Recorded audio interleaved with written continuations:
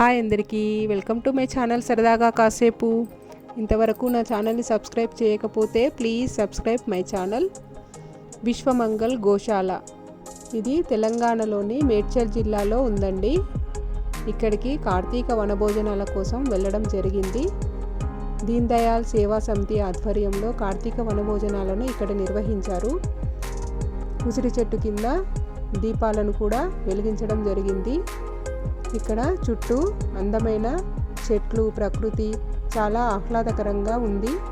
ఇక్కడ దాదాపుగా 200 గోవుల వరకు ఉన్నాయండి. చాలా అందమైన ప్రదేశం. వీలైతే తప్పకుండా ఇక్కడికి కార్తీక వనభోజనాల కోసం వెళ్ళండి.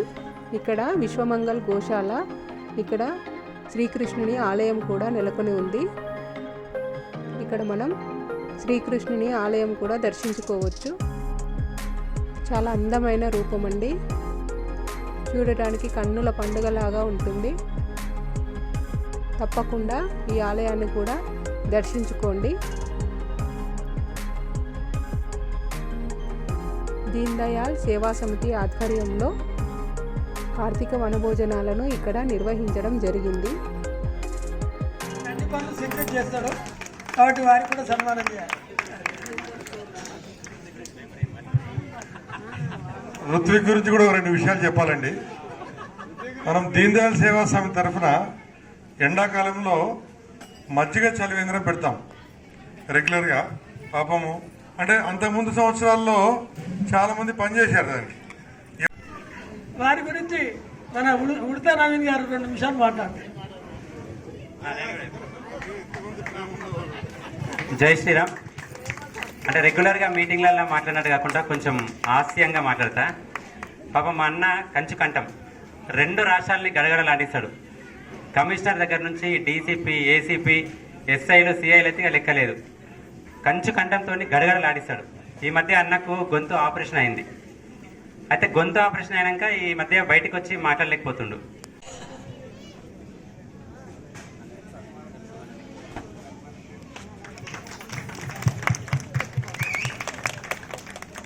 అదేవిధంగా మన అడ్వకేట్ అయినటువంటి హిందూ మతాన్ని విశ్వసించే వారి ఇళ్ళన్నీ కార్తీక మాసంలో ఓ దేవాలయంగా మారిపోతుంది. అంతేకాదు, ఈ నెలలోనే బంధువులు, ఇతరులతో కలిసి కార్తీక వనభోజనాలు నిర్వహిస్తారు. అయితే ఈ కాలంలోనే వనభోజనాలను ఎందుకు నిర్వహిస్తారు? దీని వెనుక ఉన్న రహస్యాలేంటో ఇప్పుడు చూద్దాం. మన తెలుగు రాష్ట్రాల్లో కార్తీక మాసం వచ్చిందంటే చాలు పండుగ వాతావరణం నెలకొంటుంది. ఒకవైపు ఆధ్యాత్మిక సందడి, మరోవైపు కార్తీక వనభోజనాల సందడి. ఇలా తెలుగు రాష్ట్రాల్లో చాలా సందడిగా ఉంటుంది. వనభోజనాలకు ఎంతో విశిష్టత ఉంటుంది. ఈ సమయంలో చిన్నపిల్లల నుంచి పెద్దల వరకు వయసుతో సంబంధం లేకుండా పచ్చని వనంలో సరదాగా ఆటలు, పాటలు, భక్తి శ్రద్ధలతో పూజలు చేస్తూ ఉసిరి చెట్టు కింద భోజనం చేస్తూ ఉంటారు. ఇదిలా ఉండగా కార్తీక పురాణంలో వనభోజనాల గురించి ప్రముఖంగా వినిపిస్తుంది. ఈ సందర్భంగా కార్తీక వనభోజనాలను ఉసిరి చెట్టు కిందనే ఎందుకు చేయాలి? వీటి విశిష్టతలేంటి? పురాణాల్లో దీని గురించి ఎలాంటి విశేషాలు ఉన్నాయి అనే విషయాలను కూడా మనం ఒకసారి తెలుసుకుందాం. మేము కార్తీక వనభోజనాల కోసం విశ్వమంగళ్ గోశాల వెళ్ళామండి. అక్కడ 200 గోవుల వరకు ఉన్నాయి. వాటిని చాలా జాగ్రత్తగా చూసుకుంటున్నారండి. మాకైతే చాలా ఆనందంగా అనిపించింది. ఇక్కడికి వెళ్ళడం చాలా ఆనందంగా అనిపించింది. చుట్టూ పచ్చని చెట్లు చాలా ఆహ్లాదకరంగా ఉందండి. వాటి మధ్యలో గోశాల ఉంది. దాంట్లో 200 గోవుల వరకు ఉన్నాయి.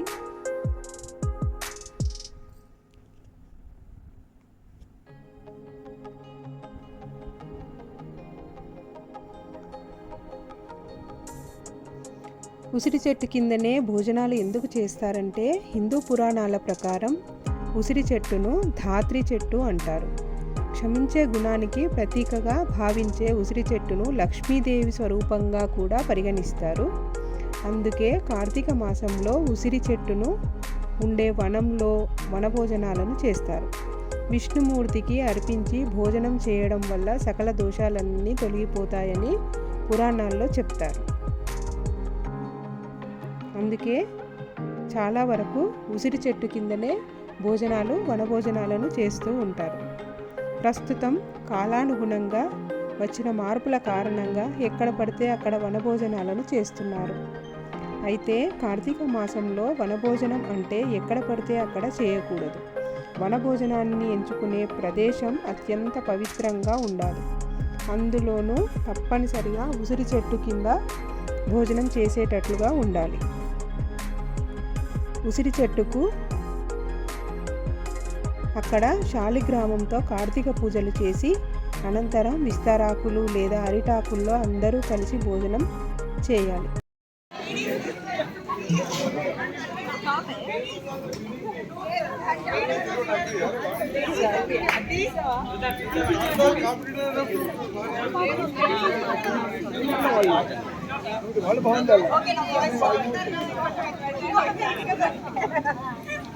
ఇది గెలిచే టీము, అది వాళ్ళ పేరు. Double winner. జై జై శ్రీరామ్. Okay ready. జై. Okay head. This is a trial, so please our glasses clear. ఎక్కడ head, knees, toes, head, wife, heart. Wife. Wife, heart. Oh, very good. Great. Knees, glass. Knees, shoulders, eyes, your heart. Oh God.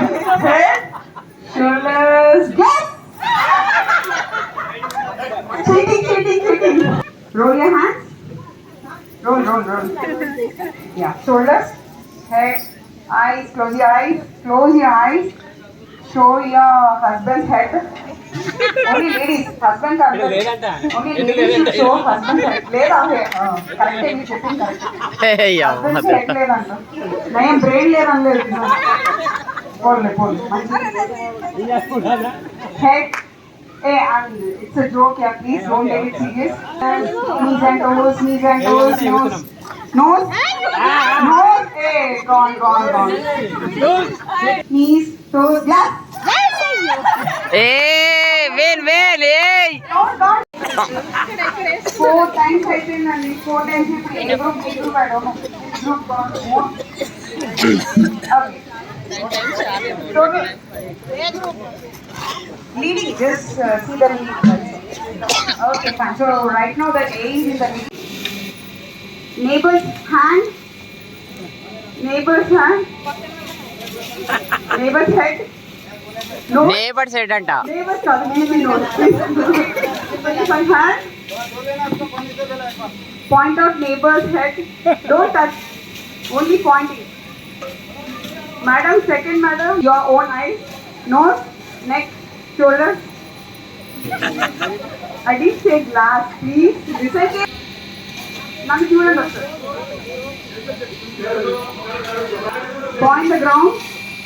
Yeah, sky, but there is no because of tent is closed. Okay, fine.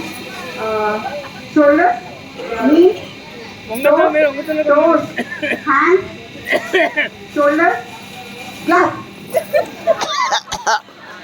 Shoulders, ground, okay. Sky, just point it out. Neighbor head, let's go by 2 ground. Glass.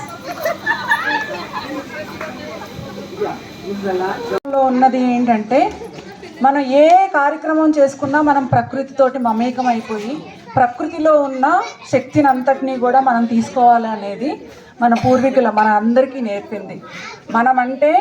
మనమంటేనే మన ప్రకృతితో కలిపి మనం ఎప్పుడూ విడి కాదు. అందుకే మనం first నుంచి మనం మొదట లెగవగానే భూమాతని దండం పెట్టుకొని లెగుతాం. అంటే మనం ప్రతి దాన్ని కూడా గౌరవిస్తాం.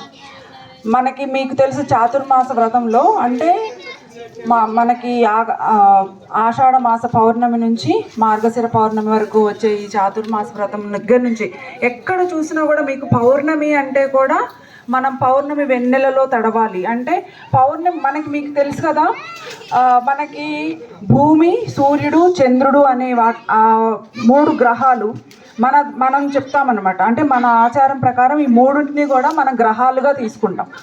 ఈ గ్రహాలన్నీ కూడా భూమి అనేది మన తమస్సు గుణాన్ని అంటే మన తమో గుణాన్ని సూచిస్తుంది. సూర్యుడు రజోగుణాన్ని సూచిస్తాడు, చంద్రుడు అనేది సత్వగుణాన్ని సూచిస్తాడు. మనము ఈ తమో గుణం నుంచి రజోగుణానికి, రజోగుణం నుంచి సత్వగుణానికి రావాలి. మనము ఆధ్యాత్మికంగా వెళ్ళి మనము మన జీవితంలో వచ్చే జన్మ అనేది లేకుండా సార్థకత చేసుకోవాలి అని చెప్పేదే మన సనాతన ధర్మం. ఈ లౌకిక సుఖాలు వీటన్నిటికంటే ఫస్ట్ లౌకిక సుఖాలు మనకి తెలుస్తాయి చిన్నప్పటి నుంచి. ఆ లౌకిక సుఖాలు తర్వాత మనము జ్ఞానాన్ని సంపాదించుకొని రజోగుణం, తర్వాత రజోగుణం నుంచి సత్వగుణంలోకి వెళ్ళి తర్వాత ఇవన్నీ కాకుండా మనకి బ్రహ్మం అనేదే శాశ్వతమైనది. మీలో, నాలో, అందరిలో అంటే అన్ని జీవాలలో మన ప్రకృతిలో ఉండేదంతా కూడా ఈ బ్రహ్మమే. కాబట్టి ఆ బ్రహ్మంలోనే మనం ఐక్యం అవ్వాలి అని చెప్పేది మన ధర్మం చెప్తూ ఉంది.